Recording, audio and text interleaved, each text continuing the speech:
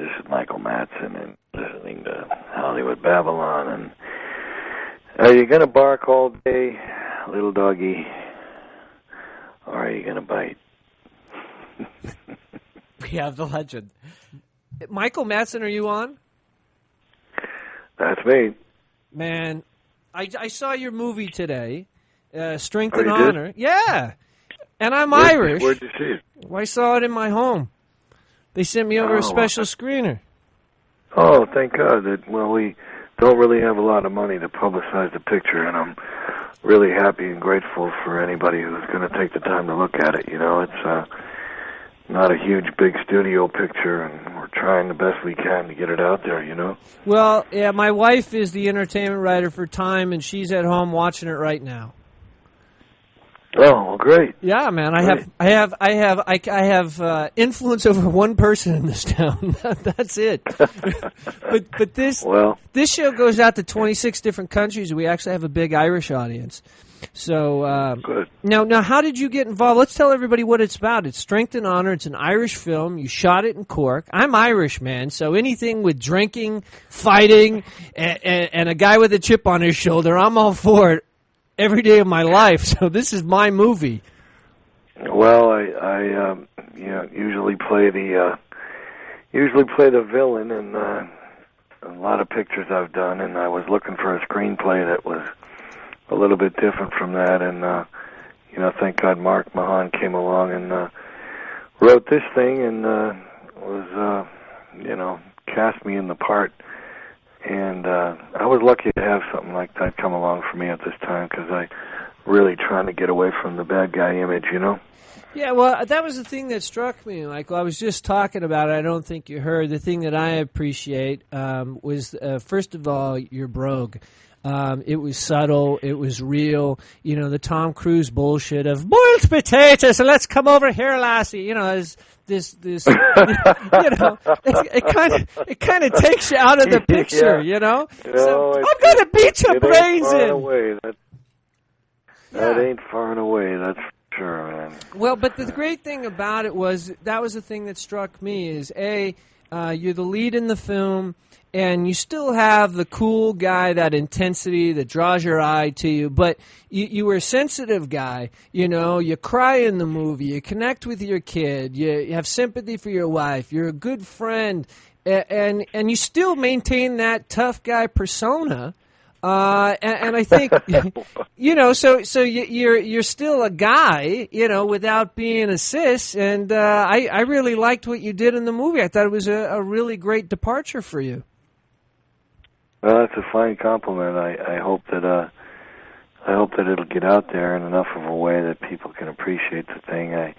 Like I said, we don't got a ton of money to spend on publicity, and we're up against a stacked deck with a lot of big pictures that are being hyped up to the top of a mountain, and right. A lot of them are.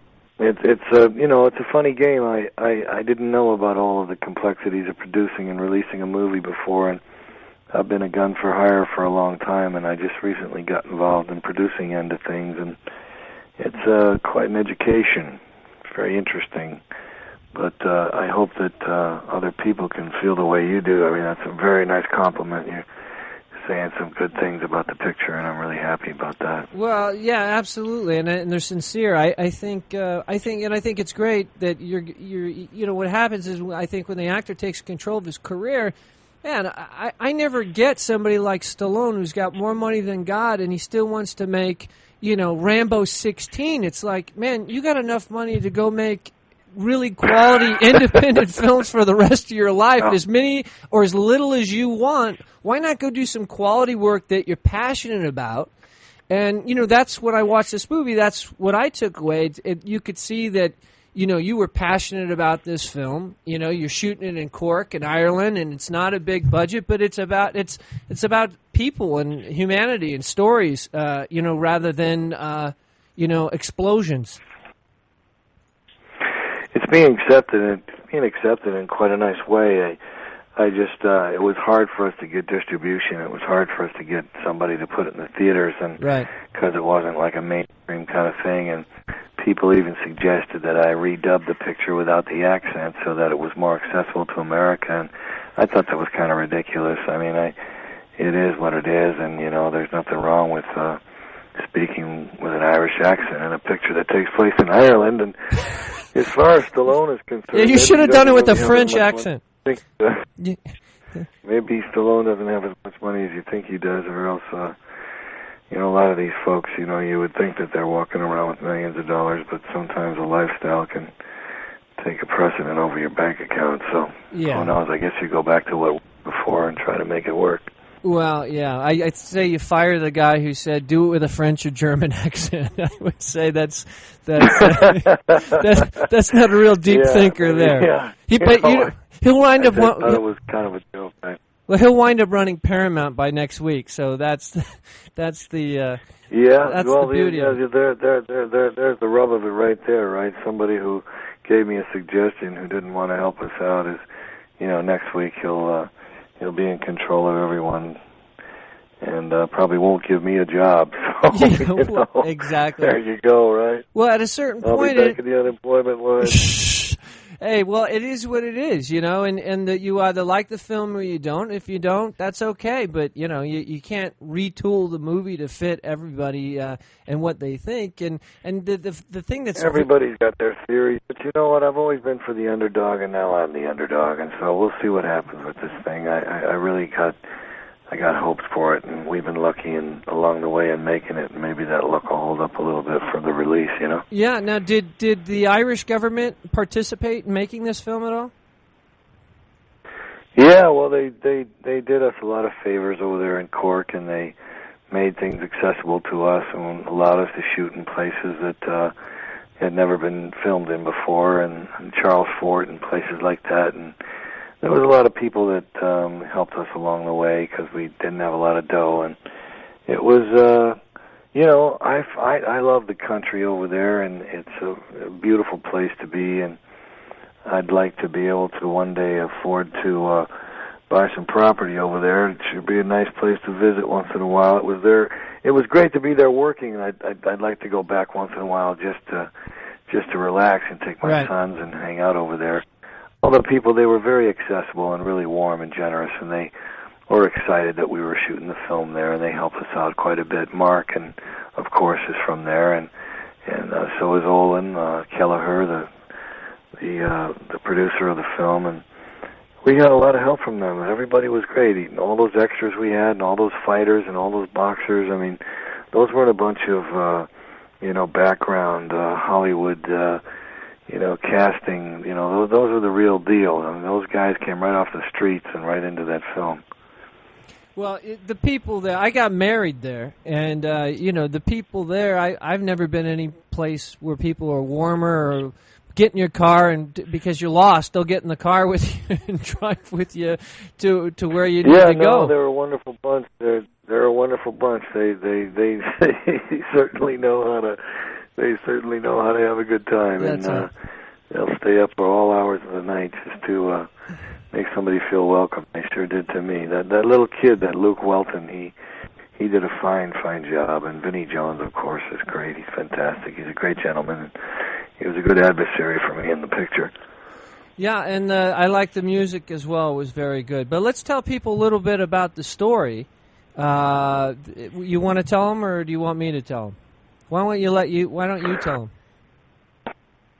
Well, it's a story of a fighter that has an accident in the ring. He accidentally kills someone, and he unintentionally, which it has happened before, happened to Ray Mancini, and there are some fighters who have inadvertently hit someone the wrong way for whatever reason, and so he kind of figures that he's not going to fight, not going to box anymore, and he promises his family that he's not going to fight anymore because of the pain and the horror that it caused to the ones who lost the other guy. And so, but then I guess he finds out that he has to pay for an operation for his son.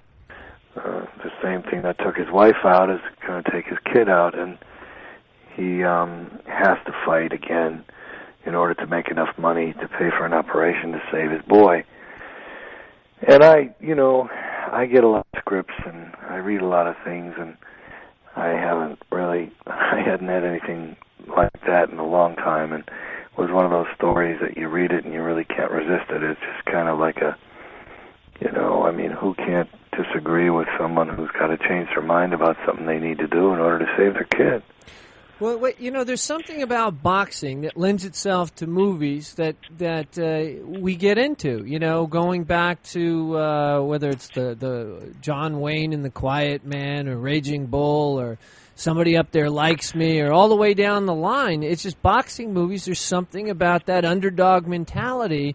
Mano a mano, guy against guy, people coming from poverty, trying to pick themselves up, and in this case, trying to save your kid's life, that really resonates with people, and people respond to, don't you think? Well, the titles that you just brought up to me really reveal, your intelligence as far as movies are concerned, because a lot of people nowadays, they don't think about or know some of the great boxing films that have been made in the past, especially something like The Quiet Man, and there's a whole new generation of kids that are growing up who probably never even heard of that movie. And it's a wonderful story. It's a great film, and it was also shot in Ireland. And even to be spoken of, or even having you say something like that, the same breath of Strength of Honor was a great compliment to me. I think it was one of those times when Wayne made a picture that was not his usual type of fare, but he pulled it off, him and Victor McLaughlin, and I think their fight scene at the end of the movie was 2 minutes, and I think the one in Strength and Honor is about 7 minutes. So I know that there was a lot of controversy in The Quiet Man about the length of the fight at the end of the film, and it was funny that the same thing kind of happened with our picture, and I know what you mean about the fighting thing. I think it just has to do with perseverance, and I think it has to do with a man not really having anything. There's no guns, and there's no swords, and there's nothing you can do, but, it's just you and what you got in your fist, and I think that there's always been something about that. I think it goes all the way back into the early days of prize fighting, all the way up to now. I think it's just there's something about someone trying to persevere in a physical way that's always been compelling to people. Yeah, absolutely. Well, we were talking about before you came on and talking about The Quiet Man and John Wayne, and to me, you have a John Wayne quality, in that you're not the chameleon type actor who comes out with handlebar mustache and is doing some Shakespearean quote, but you have that same on-screen presence, though, that your eye goes to you, and I'm not about to play King. What's that? I'm not Laurence Olivier. I'm not going to try to. Well, here's the thing: Laurence Olivier was gay, Michael. So don't worry about it. That's just between you and me, a little secret. Not that there's anything wrong with that. Compare me to John Wayne was a very nice compliment. Well, John Wayne. One of the nicest things I've ever. Oh, hey, man, thanks. I appreciate it. And Robert Mitchum, too. Man. Right, you have the funny thing about Wayne. The what?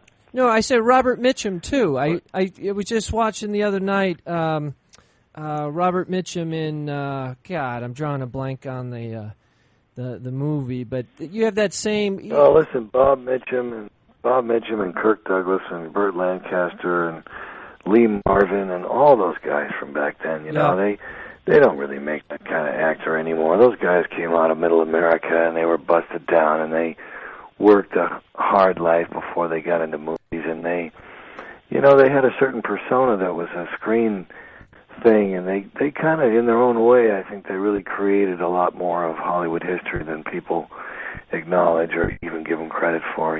Sometimes I think it's amazing. I don't think that movies were really created by big studio, big shots with big wallets full of cash and cigars in their mouths. I think it was made by actors and writers and directors who were of a time that seems to have passed us all by. Yeah, well, yeah.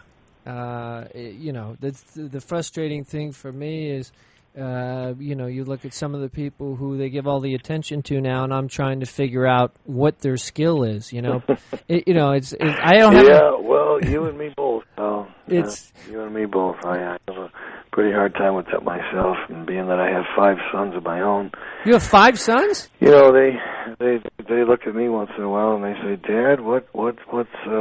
They can't figure it out either. So it's not just you and me. I think that there's a system involved in some of these productions that are overblown and overhyped and trying to kick certain people down the throats of the cinema-going public who really don't have a lot to offer. And after a while, I guess everybody just sits down and just says, well, okay, if that's it, then so be it. But it almost seems sometimes that it's just a vanishing breed of whatever it is that appeals to what you're talking about. Right. I don't know what it is. I don't. It's a sad reality, and I sometimes wish that maybe I should have did something else for a living. Nah. I think I was born in the wrong era.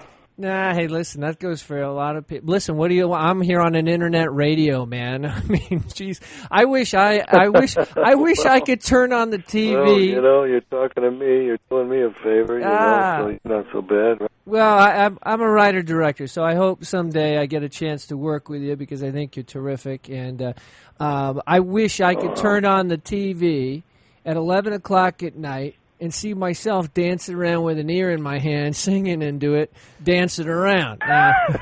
Now that's not, man. That is not a bad thing. No, it isn't. It's just kind of a hard tag to carry around because a lot of people seem to identify me with that type of character, and I think Reservoir Dogs is a great film. I think it really stands up on its own, and I think it represents independent filmmaking at its best. But it's one of those things where you do a part like that and you don't really have any idea what a lasting impression it's going to have on people. And I've been that guy I've been the guy who cut the ear off for a couple of years. It's one of those things that's just never going to go away. It'll never go away. And I mean, I love it. I think I feel blessed that I did something that could be remembered and prevented me and stopped me from being able to get roles of any other kind of subject matter. And so that's why, it took a little bit of doing to get Strength and Honor together, because even the people who, while they may have appreciated whatever it is that they thought I do, there was a lot of reluctance to give me the role. And I have to hand it to Mark, the director, because he really stood up for me. And even while they laughed and told him that there was no way on God's earth that I was going to play Sean Kelleher, in the end of the day, he convinced them to let me do it. And, it's that kind of commitment. You get someone like that maybe once in your lifetime, somebody like a Quentin Tarantino or a Mark Mahan to come along and give you a shot at something that nobody else thinks you can do. Yeah, well, I mean, that's important, and I think the thing is, Michael, the way I see you is that you'll act till the day you die because you can act. No, I'm serious. So many of these guys, what's worse than being labeled as the guy who cut off the ear? How about the guy who got the ear cut off him? I haven't seen much of him lately. So, Well, I think longevity is all I've really been after. I mean, that's all I ever really wanted was longevity, and I guess I was talking to Dennis Hopper one time, and he's a good friend of mine. He's a good pal. We stick together and we talk a lot, and we were sitting one time and we were laughing and we were joking with each other about being an actor and how neurotic it is and what you have to go through with the whole thing of it. And there really is no glamour at the end of the day. It's all kind of just a lot of perseverance. And he's like, well, what do you think you do? And I said, well, maybe I, should have been a carpenter. And he goes, yeah, look what happened to him, man.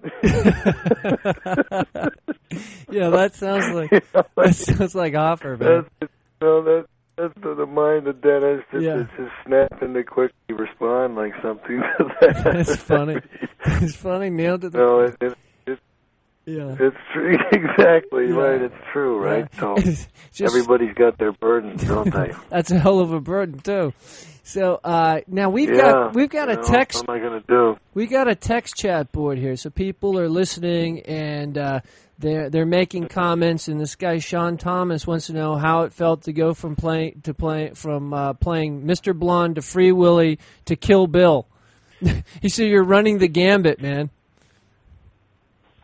Well, I'm trying. I don't want to bore anybody. Last thing I want to do is start getting redundant. So I just try to stay busy, and every once in a while somebody will come along out of the blue and give me a part that I wouldn't have expected to get. And it's been a great ride. I'm a long way from being finished, but I got good memories from a lot of those films. I got good memories from a lot of pictures I've been in.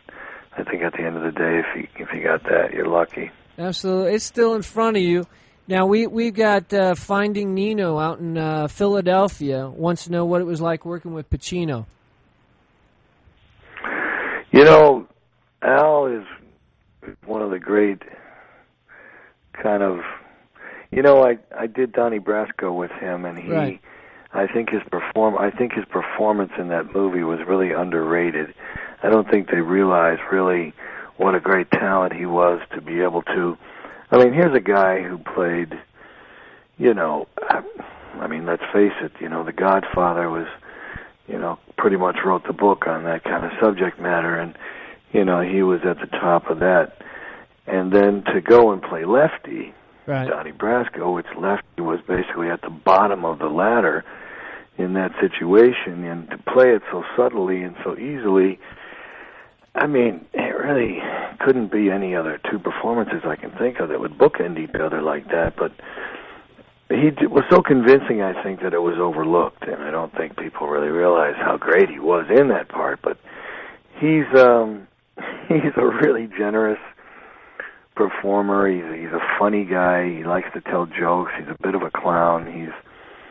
Was always there for everybody, especially me. And in fact, there was a day when I came in and I was in at an earlier hour than him and had shot a scene in the motion lounge where I was supposed to be looking over at him in a conversation, and he wasn't there that morning. And when he came in and he found out that we shot it without him, he asked him to redo it just so that I could see him face to face for my own reaction. And I thought that was a pretty generous thing to do. And then a couple of years after that, I was in Vancouver, and I was at the Four Seasons Hotel, and I was there making this picture with Ashton Kutcher called My Boss's Daughter. Right. And Al was in Vancouver, and he was making Insomnia. And I saw him in the lobby, and I told him that I hadn't seen him for a while, and I told him I had a couple of days off, and that I was, really missed my sons, and I, wished I could go home for a while. And you know what he did? No. He had a private jet.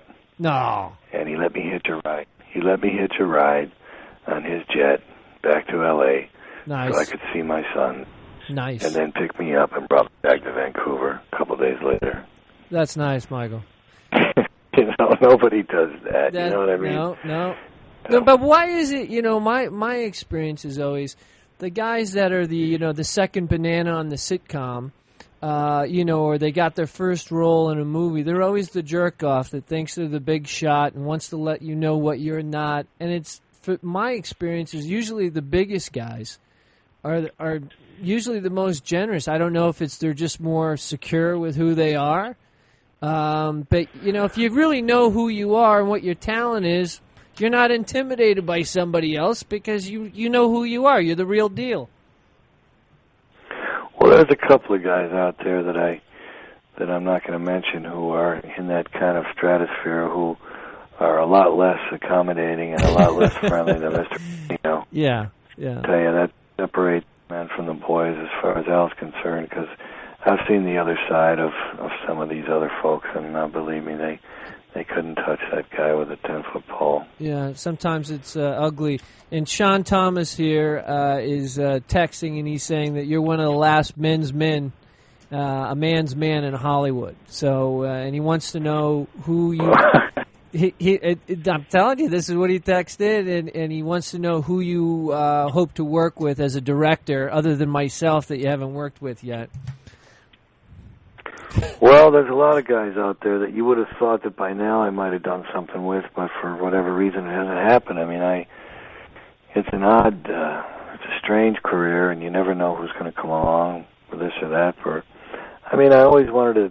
I would have liked to have worked with John Huston. Of course, he's gone now, but I sure would have liked to have done so. I'd like to do something with Sidney Lumet. I'd like to do something with Jim Jarmusch. I'd like to do something with Marty Scorsese. I mean, I'd like to do something. Oh, with, man, it was so close to me. You said Marty, and I thought it was Marty Keegan, and I got so excited. Well, with Marty Keegan, yeah, he's on my list, and David Cronenberg. You know, there's a few out there that I haven't crossed paths with yet that maybe one of these days, you know, they'll come along. I mean, it seems like Coppola is retired, but who knows? He's got a new film that's coming on out, and my wife actually sat down with him, just did a feature article on him in Time, and she said, you know, basically, really? Yeah, she the guy was the nicest guy. Some of these guys, you know, are kind of, you know, I want to give him a slap because she's my wife, you know, and just because she's a reporter, she's a person, you know, and they sit down and they start talking shit with her and dropping F-bombs, you know, and it's like, you know, have a little respect. Oh. And he was a true gentleman, and she basically said hello, and he just told her stories for 2 hours, you know. She came home, and she was like bouncing off the walls because he was such a nice guy, and said, you got to come on up to Napa Valley. I'll tell you a funny story. I was over at the Cannes Film Festival earlier this year, over in May. Yeah.